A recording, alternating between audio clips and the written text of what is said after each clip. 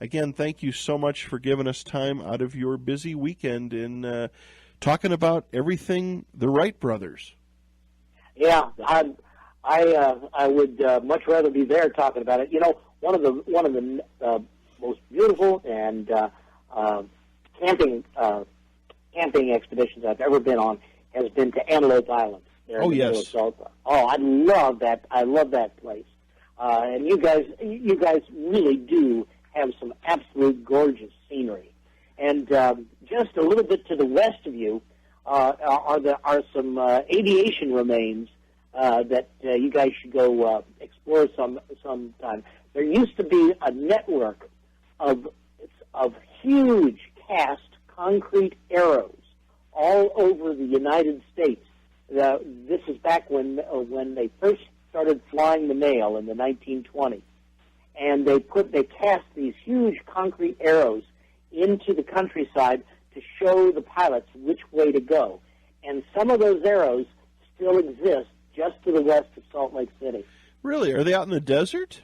Yeah. What is the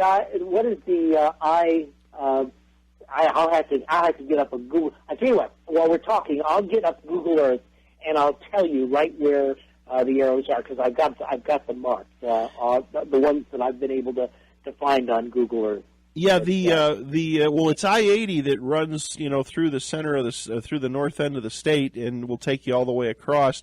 And of course, another famous place of history that is so much forgotten about, but was so critical during World War II was Wendover, the air base at Wendover. That's where all the practice took place to drop the bombs on Nagasaki and Hiroshima. I mean, that's where right. The pilots did touch and goes and simulated runs, and they're restoring that air base. You can go out there and take a driving tour. It's free of charge. I know the big main hangar is under a state of restoration right now, but talk about a piece of history that is sometimes so discounted. I had forgotten about that. They ran the test runs for the Nagasaki and the Hiroshima runs there. Oh, here, listen, I got this up.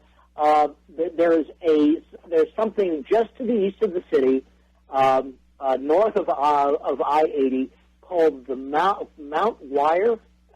It's a mountain, Mount Wire, and there is an airmail beacon on top of that.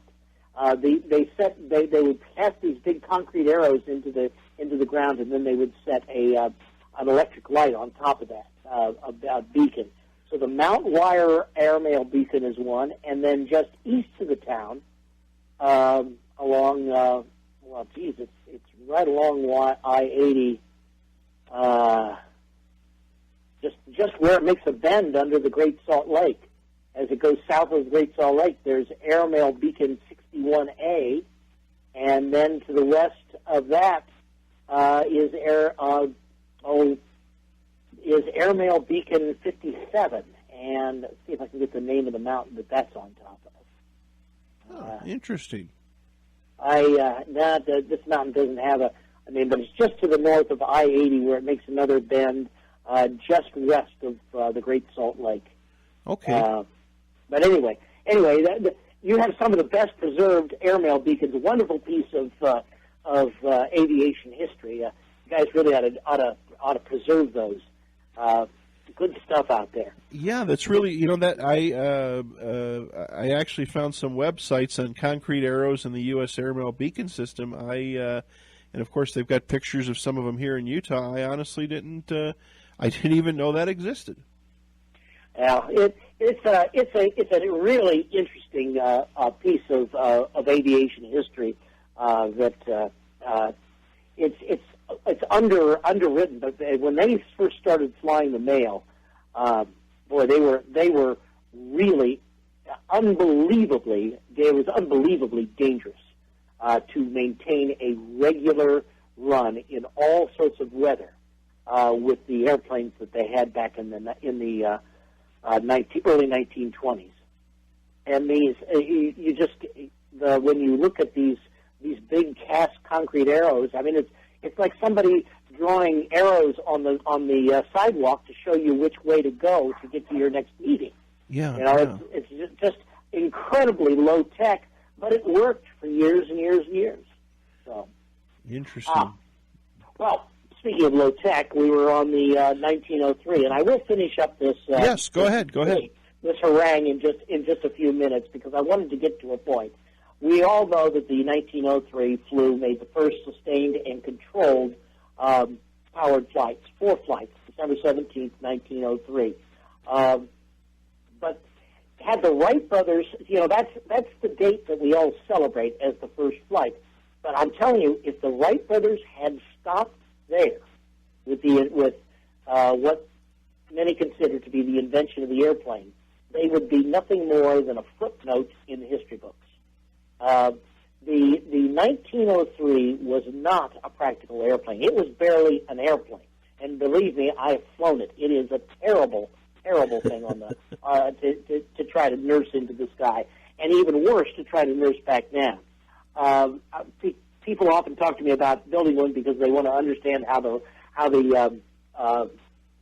Wright brothers did it. And I said, no, you really, if you want to fly, you really don't want a 1903 flyer. And I should correct myself. I have been on a team that has flown it. The actual person who did the flying was a wonderful pilot by the name of Connie Tobias, who nursed that thing into the sky several times and lived to tell about it. She's also the first woman who ever have successfully flown the Wright flyer. But anyway, the Wright brothers didn't stop there. That's the part. They knew they had the beginnings of an airplane, but it wasn't yet practicable. And they spent the next 2 years. Well, first of all, they made themselves a copy of the 1903 flyer, which we call the Wright Flyer 2, and they began to experiment with pieces. And basically, they had the systems. They had the lift system from their wind tunnel work. They had the propulsion systems from their engine and propeller work, and they had the control system from their experimentation with aerodynamical services. In other words, they had everything that Cayley decided should be part of an airplane, Sir George Cayley, back in 1799. But it didn't work together. It wasn't a harmonized system. And so for 2 years, they kept trying and trying and trying, and little by little, they inched towards their goal. And in the summer of 1905, they came up with the final design for the 1905 Wright Flyer 3. And finally, they could get into the air, go where they wanted to go, and land without hauling themselves out of the wreckage. And the 1905 Flyer, which flew for the first time to the public on October 4th, 1905, was the first practical airplane. And that's why we remember the Wright brothers, not because of their flight in 1903. But it took them 7 long years to invent a practical airplane. They certainly, going into it, they had no idea that this problem would be this difficult to unravel. And it was a tribute to their gumption and their stick-to-itiveness that they stuck with it. Now, I've got a question for you, Nick. You know, I've seen there's been different documentaries about Wilbur and Orville. The 1905 Flyer. In some of these, which maybe there's a little bit of fiction and fantasy there, they kind of showed them not just flying the airplane in a straight line. I mean, it seemed like they were playing around with it. Is that more of a fantasy thing, or did they actually have fun with the aircraft? They could do gentle S-curves in the 1902 glider, and they did. But there for more than a year, they were lucky to be able to fly a straight line with their powered airplane. They managed to fly their first circle in it was in 1904, the fall of 1904. I can't remember the exact date, but they flew their first circle, their first complete circle on that date, And then a little later on that year, they managed to fly 4 complete circles. But it wasn't until 1905 that they were really able to, as you put it, play around with the airplane. Before that time, it was climb the cockpit and grit your teeth and hope everything works out okay. Gotcha. So they had some terrible crashes. They really did. They were, even with all the care that they took, they were lucky to make it through those 7 years alive. Interesting. One of our listeners wrote in and said that Neil Armstrong carried a piece of the Wright Flyer to the moon with him. Yes, he carried some of the fabric that Orville preserved when he rebuilt the Flyer, and that some of that still exists. In fact, we had a piece of that fabric. It's been applied to an airplane that we built for the Dayton International Airport, but that still exists. So there are a few of those floating around. If you watch eBay every now and then, as one of them comes up for auction. Gotcha. When we talked today on the phone a little bit, we had quite a few questions sent in. I'd like to go ahead and post a few of them up to you. One question came in from a good friend of ours up in upstate New York. Says, Nick, what are the age of the students who participate in the educational program in Traveling Museum of the reconstruction of the Wright brothers aircraft, and what are the logistics as far as expense and time to create a replica of this scale? Okay, well let's define what the program that he's talking about. Okay. First of all, we have 2 programs. One where we take a 1902 glider around to the schools. Actually, we call it a portable museum. The glider is the central artifact in that museum, but we also bring the Wright wind tunnel, a Wright bicycle, a simulator so that the kids can fly the 1903 Flyer, and a few other things that help us tell the story of the Wright brothers. That's our school tour, and we call it the Secret of Flight tour. And we do 2 lectures, demonstrations, and 2 workshops. In the wind tunnel workshop, the kids actually get to do the same experiments that the Wright brothers did, and then search for an air or wing shape that will fly long and far. The 6 airplanes that we built, the 6 experimental airplanes that we built and test flew, is called our Birth of Aviation collection, and those have toured to over 65 locations in the United States and Canada. And we mostly museums where we go and we don't always take all 6 airplanes. The exhibition is like pop beads. You can add airplanes or subtract them depending on the space that you have and the money that you want to spend.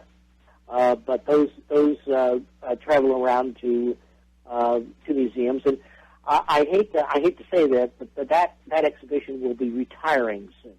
Okay. In fact, it is retired. We found a home for it, and it will have probably by this time next year. I will be setting up a permanent it up in a permanent exhibit. The kids all of the airplanes that we have built, with one single exception, have been built with the involvement of young people, and they can be from any age. We have one program called our rib building program, where we get kids in, as long as they know how to apply glue to wood, we can let them participate in the building of a rib. Then the kids sign the rib, and then the rib is later on cleaned up and used in the construction of one of our Wright Flyers. We have a program called the Do It Yourself Wright Flyer, where the kids we go out to a group of kids or schools around an area, collect the ribs. The kids build the ribs. We collect the ribs, take them back to Dayton, Ohio, build the build the airplane, and then the airplane goes to a local museum.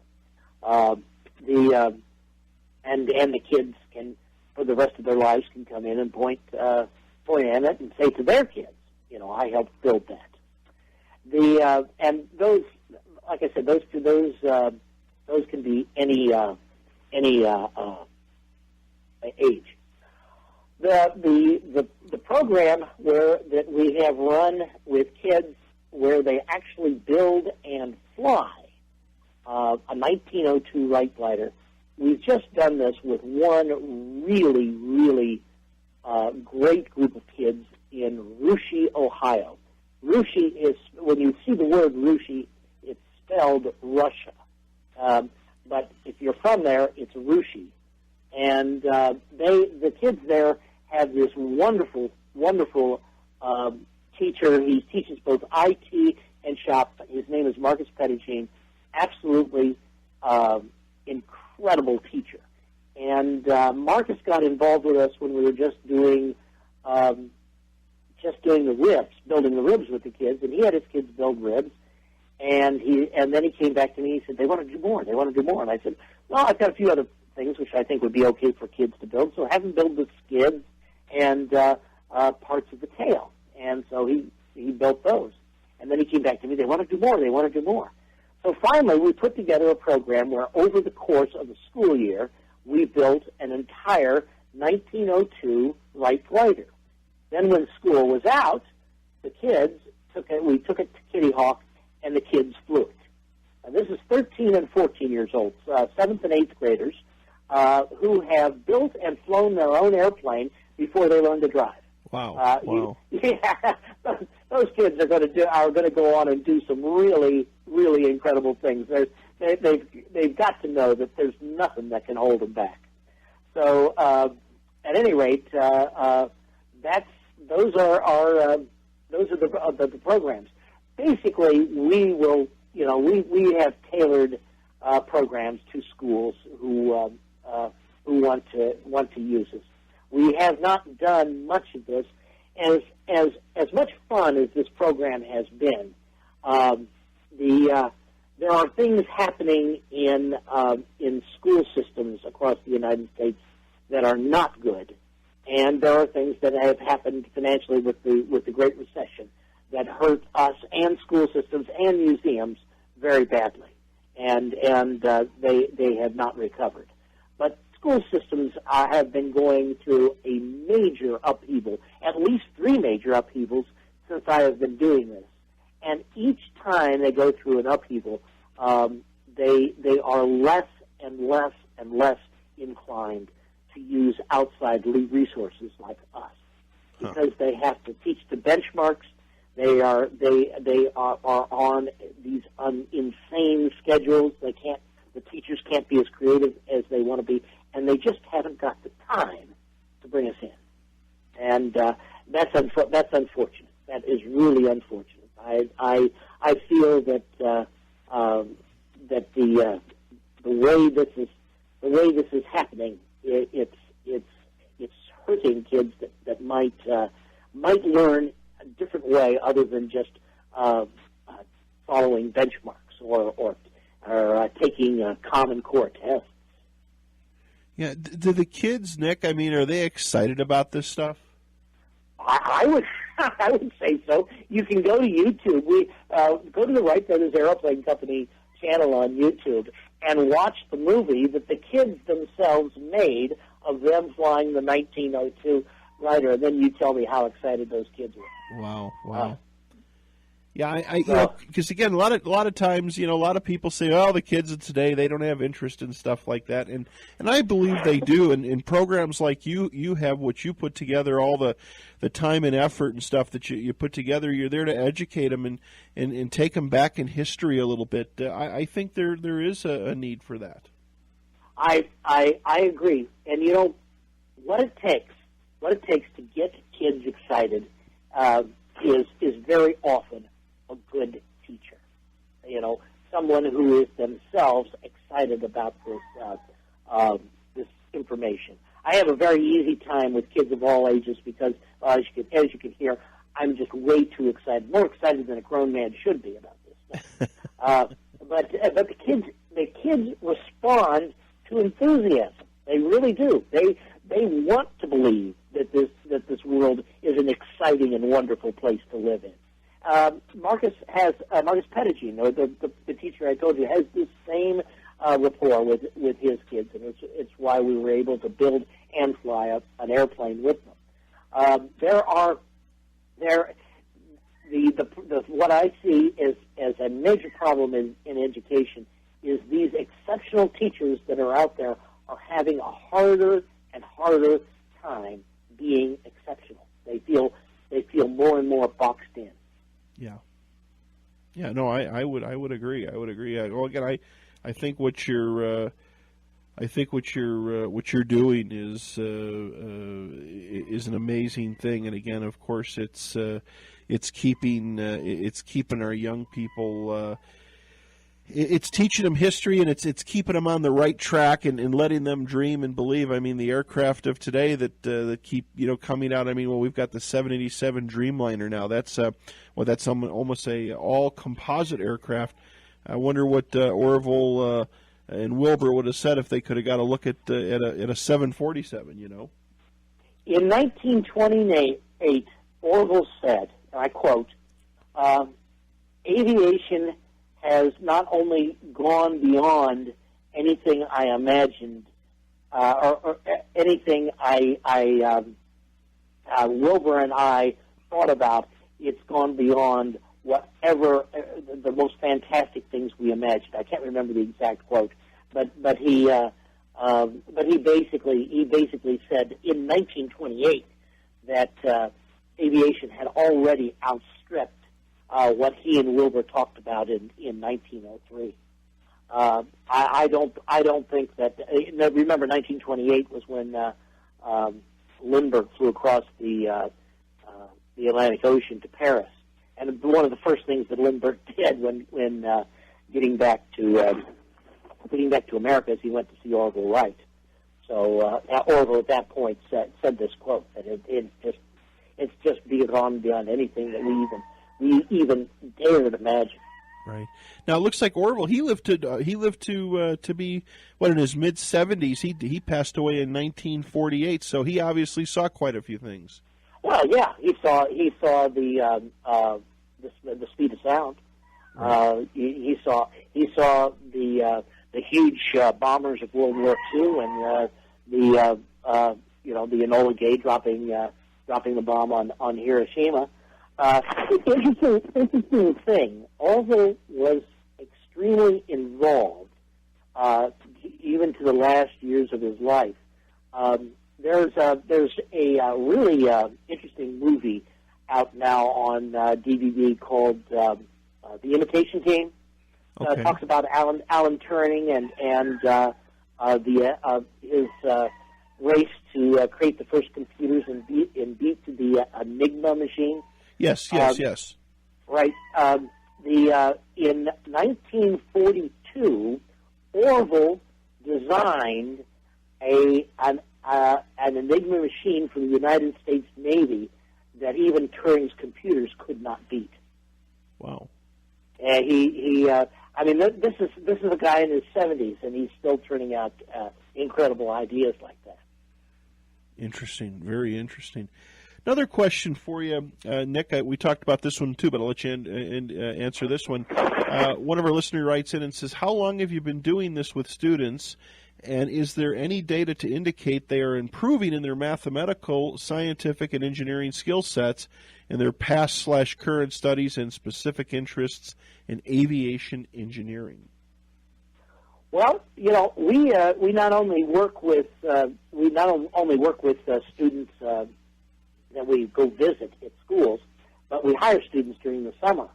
And one of our hirees is now working at SpaceX. I'd say he's picked up quite a few. He's made it. Yeah, absolutely. We have students that have graduated from Purdue, one of the best known aerospace schools in the United States. I mean, Purdue is where Neil Armstrong graduated from. So yeah, we don't. I can't. point to charts and say yes, these students have gained skills. But I tell you what, put me in a room with fourth graders, and I'll have them doing trigonometry in about 30 minutes. There you go. All I have to do is drag out the Wright brothers wind tunnel and say this is what the Wright brothers did in order to design an efficient wing, and let's see if you can beat Wilbur and Orville. Here's the numbers. And by the way, you have to learn how to do these equations in order to get to the numbers. Right. And once they have a goal, they forget they're doing math. So I found that the whole trick to getting kids to learn math is to give it a purpose, and then they forget they're doing it. Very true. There's something else too. There's something else too about working with your hands and being good in math. There have been some very interesting experiments done where if you let a kid stand at a board working a long division problem, if that kid can shake his hands or move, especially hand movements, he has a better chance of solving that problem than a kid who is told he must stand still. Very true. There is a link between the hand and the brain, and if you can allow them both to work, and especially to work in unison, you can do great things. Airplanes, spaceships, computers, sky's the limit. Well, one thing that's, and I think this is what your whole, what the purpose of it about is what the purpose of the program is to get these people, to get these young kids involved in something where it doesn't matter what it takes to get through it. I mean, most kids, I think, as a norm, are not all that into trigonometry or geometry, even mathematics. But if you can show them the end result and get them excited about the end result, the ones that are determined will walk through. They'll do whatever it takes to get through it. To get to the end result. That's it. You have a goal. You tell kids at the beginning of the school year, hey, we're going to build an airplane, and then for during summer vacation, we're going to take the airplane to Kitty Hawk and fly. Right. And at that point, there's suddenly a goal, and you have 30 kids in a class coming together to get done what needs to be done. All right, everybody, welcome back to Fringe Radio again. Nick, thank you again. I can't thank you enough for giving us the time to talk about your work in the Wright brothers. Well, thank you. It's been enjoyable. We have anybody online, or have no, we got? Kind of quiet, but we did get some more questions set in. Okay. And matter of fact, I'm going to combine a bunch of questions into one. One of our listeners who sent in some info from the UK wanted to know if you were aware of health in. Let me take a look here. Hold on a second. There is a solar power craft. With a group that is trying to circumnavigate the globe in a solar-powered craft. Are you aware of that? Yeah, I've been following that. Let's see, they just took off a few weeks ago, right? I believe so. Yeah. Where are they now? Do you? Let's see. Don't know. I don't know for sure. I'd have to. I remember seeing something on the news about this, but it was a solar plane that was planning on flying around. It left Abu Dhabi and was supposed to fly with zero fuel. It's called the Solar Impulse, if I remember correctly here, and. They are right now. Here I got it up. They're in Chongqing, China. Okay, we are in Chongqing, China. CHONGQING, China. So they've made it across the Arabian Peninsula. They're going east, west to east. Looks like they've landed so far about 5 times, and Chongqing is near the old Chinese capital of Xi'an. So next stop it shows is Peking, and then they got a long trip over the Pacific Ocean. Long trip. Right. So they're doing good. Yeah. They're doing good. And kind of a question that went with this, that another listener sent and said, are there any other craft similar in construction of the Wright brothers aircraft that you have recreated or considered doing as a future project? The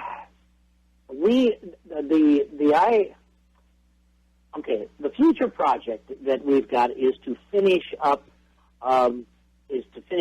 our expedition in experimental archaeology. We have not yet completely investigated the 1905 Wright Flyer 3. We ran into some problems. First of all, our Angel died, so we ran out of money. Some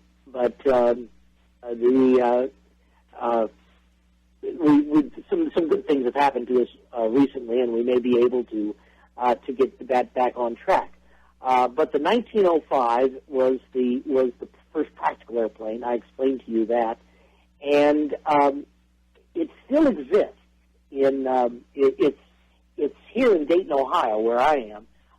It's being displayed at Carolyn Park. But we're part of a very small group. There's 3 people worldwide who have reproduced this incredibly important airplane, the 1905 Wright Flyer, and each of us has found exactly the same problems, and we're beginning to feel. In fact, we no longer feel. We know for certain because we found photographic evidence that the 1905 Wright Flyer that exists in Carolyn Park is not properly restored. That it is not. Let me tell you what happened to that airplane, and sure. After October the 4th, when the Wright brothers flew before a select group of people, it's one of those things where they invited 30 people to watch them fly, and 300 showed up. But anyway, they flew in October 4th, and then again on October 5th, and then they put the 1905 fly away while they tried for 3 years to sell the airplane. And they finally got a nibble from some folks in France and the military in end of 1907, beginning of 1908.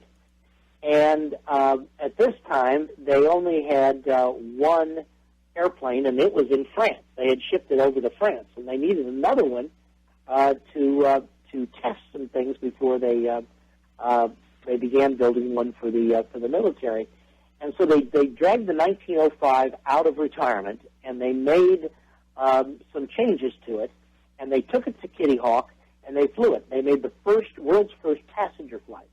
A mechanic that they had with him, who's from my hometown of West Milton, Ohio, Charlie Furness, was both the first passenger and the first flight mechanic on aboard the 1905 Wright Flyer that had been converted to a 2-seat aircraft. At any rate, they crashed it while they were down at Kitty Hawk, and they left it sit for years and years and years in a shed that they had built down there. In 1914, a gentleman from Massachusetts visited the Kitty Hawk, found the pieces of the 1905 Wright Flyer were still in the shed, and wrote Orville, asked if he could salvage them for his museum. And Orville said, sure, go ahead. So he salvaged them and never got them put together, and the museum changed from a science and technology museum to a fine arts museum, and the Wright Flyer just sort of remained in storage down in the basement. In 1947, a guy by the name of Colonel Edward Deeds, who was a big wig here in Dayton. He basically invented General Motors, and not the car, but he invented General Motors, the business. Okay. He decided that he wanted to do something similar to what Henry Ford did in Greenfield Village. He wanted to make what was called at that time a walking museum, where you would have historic homes and houses and buildings that people walked around. And so he built Carolyn Park. And in Carolyn Park, he wanted to put something about the Wright brothers. And Orville was still alive in 1947, and he asked Orville, would you be interested in building a replica of the 1903? And Orville said, well, he said, I really am not, but I can tell you that the 1905, which was actually the first practical airplane, still exists. It's in Massachusetts. So they called up the museum in Massachusetts, and the museum was more than happy to send it, and it got sent to Dayton and put back together. The guy who was responsible for working with Orville to put it back together, a guy by the name of Louis P. Chrisman, left a wonderful taped interview at the University of Dayton Library in which he describes his time with Orville as one of the most frustrating people he has ever worked with and ever will work with, and boy, is he glad it's over. Apparently, Orville at this time was old and crotchety and just gave Lewis a really hard time.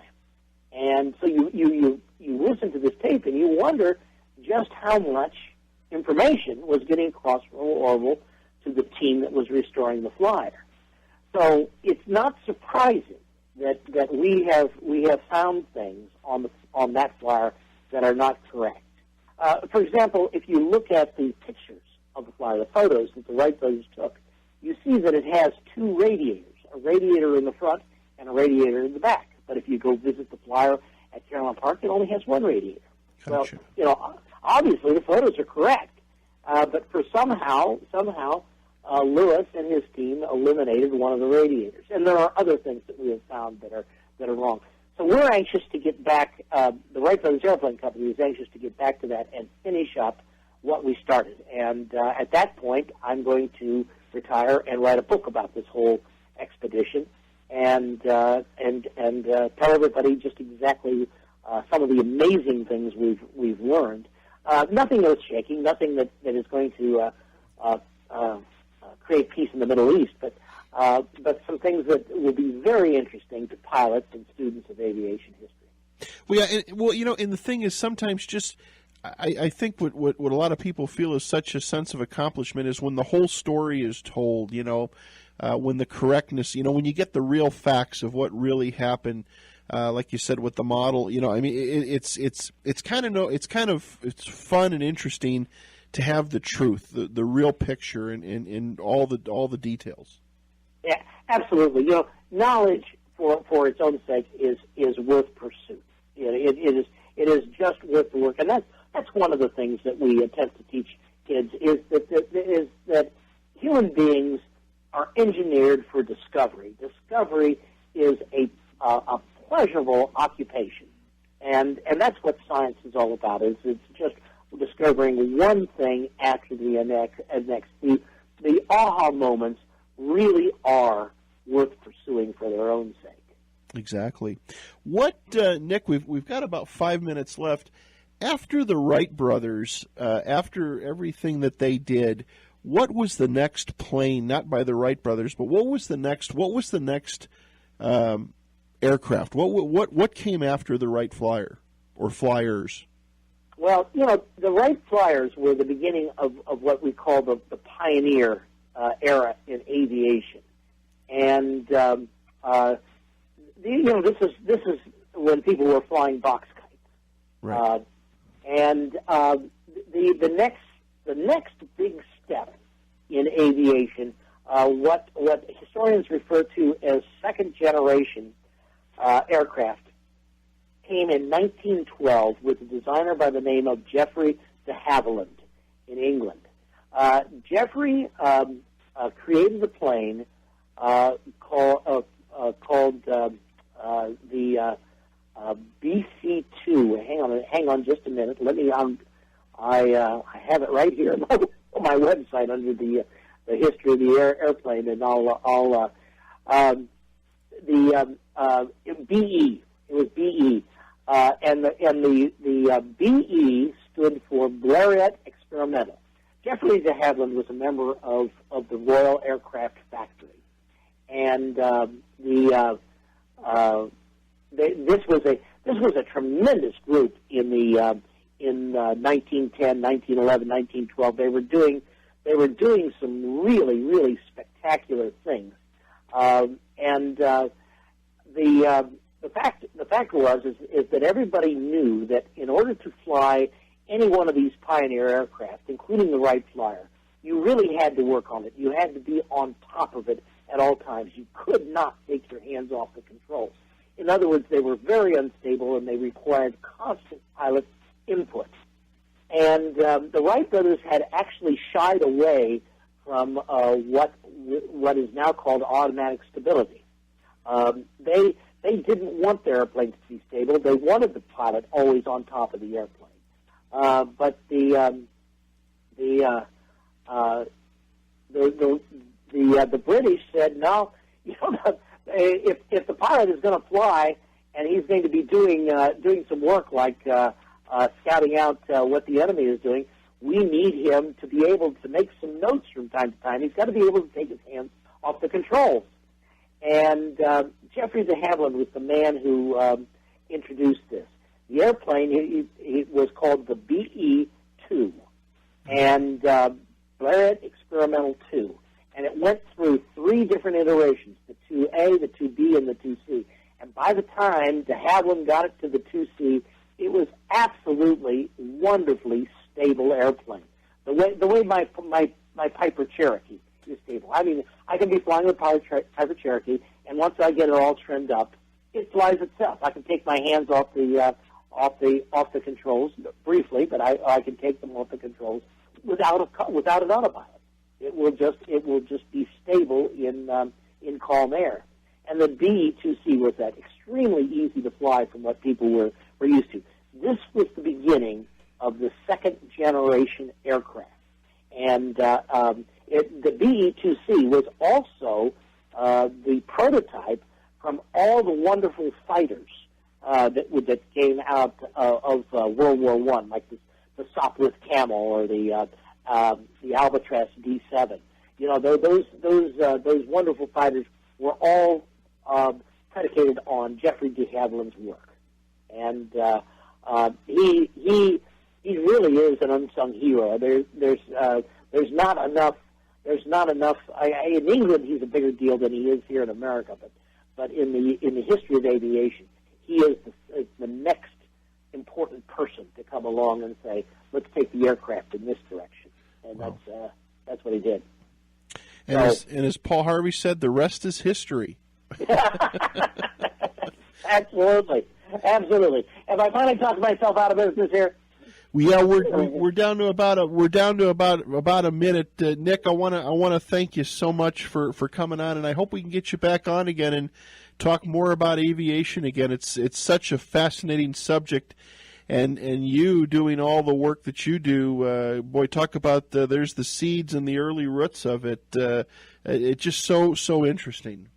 Well, maybe if you have us back in a few years, we'll have finished our expedition and can tell you all about the 1905. Well, let's make it quicker in a few years, maybe in the fall or in the spring. Okay. Well, great. Let's get back together and talk about anything. I just published a nice long piece in Aviation Historian magazine on the Wright-Smithsonian controversy. There's a topic for you. We can go on for years on that one. Sounds great, my friend. Hey, have a happy Easter, and thank you again. It was an honor to have you on. We'll stay in touch. We'd love to get you back on again. You too, and best wishes to all your listeners. Thanks. Okay, Nick, take care. Thank Bye-bye. you. Good night.